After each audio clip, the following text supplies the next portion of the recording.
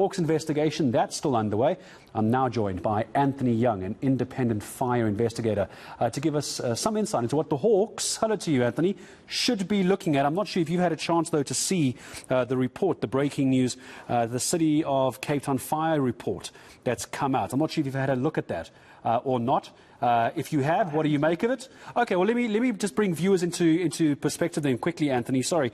So the report's saying that the sprinkler valve hasn't been serviced since 2017. The fire doors were latched from the outside. They couldn't be closed, the fire doors, to prevent the spread. The sprinklers didn't activate. Emergency services poorly emergency staircases poorly ventilated. Roof smoke vents did not activate, and sprinkler valves in the National Assembly appear to have been closed. It's just a litany of a disaster waiting to happen, isn't it? Absolutely. So what do we expect the Hawks to do with this kind of information now? I can. Go ahead. What do you think the Hawks should be doing? Well, one needs to do a proper systematic investigation following the scientific method so that any evidence that is obtained can be properly used. This would require collecting data, understanding the need for your investigation. You would need to have the audit that was done, visuals from inside prior to the fire so that the fire investigators would know exactly what the fire loading was, how it was distributed, and how it would catch fire as the fire spread. One would then, having got the plans, drone footage, media from the average person who is documenting from the outside, one would start on the outside, look at the ventilation patterns, the markings. One would establish a timeline using the social media imagery that had been captured. And from that, you would then move to the inside, working from the area of least damage to the area of most damage, following the heat in reverse. And once you get to an area of, or the general area of origin, one would then start isolating and determining what was the material first ignited. In that area, knowing what was now first ignited, one would look for the ignition source. That would require some excavation, sampling, and one would have to also take cognizance of whether or not there were multiple areas of ignition, and if they were separate, independent, and unrelated.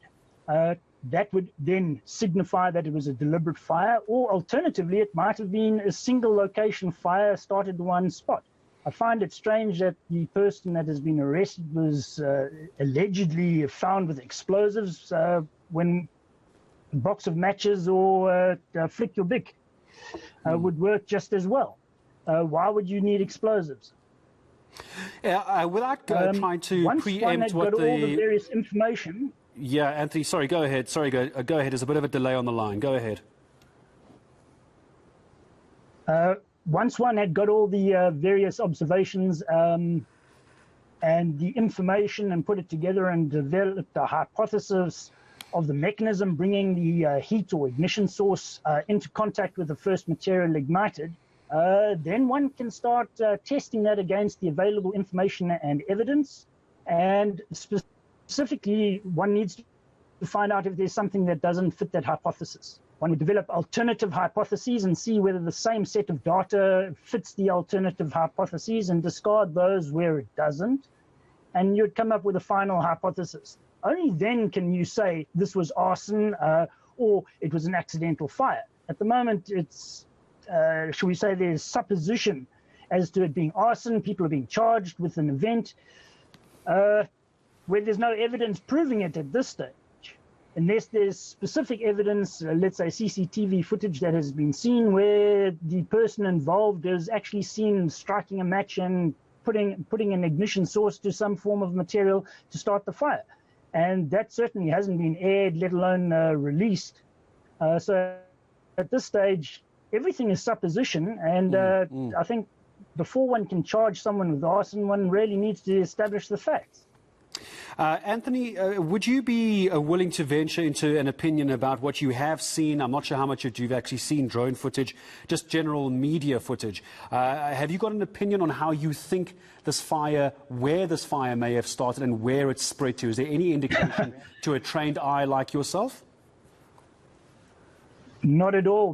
When the fire was first discovered, it had already been burning for a while, from what I've been able to gather, and the building is very large.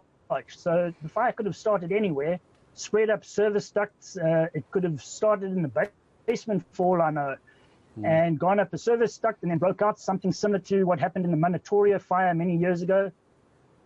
It could have been a single origin office fire that spread into a passage, got into other ducting or into the ceiling void, which traveled into unsecured fire and unsecured ducts.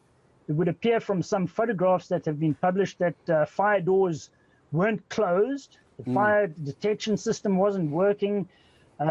As you rightly said earlier, it was a litany of disasters all waiting for something to happen.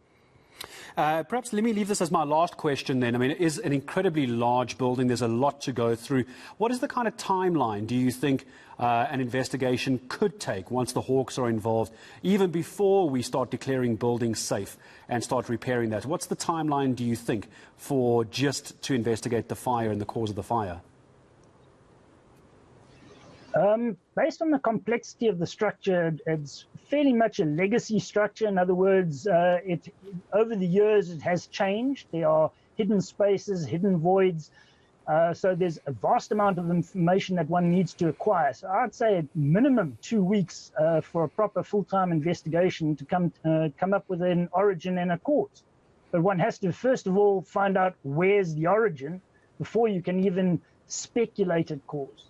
Well, Anthony, I appreciate all the time in taking a look at this for us and giving us your insights on this independent fire investigator, Anthony Young. And he's just giving people like me an understanding of just how long it could take for the investigations to get underway. So you'll see at the bottom of your screen what Anthony Young and I were talking about, a number of reasons given by Cape Town Fire as to what could have led to the blaze getting out of control. No word yet as to what caused the blaze, just the reasons why it got out of control, running at the bottom of your screen. And also we now know, of course, State of the Nation address going to take place at Cape Town City Hall on the 10th of February at 7 p.m.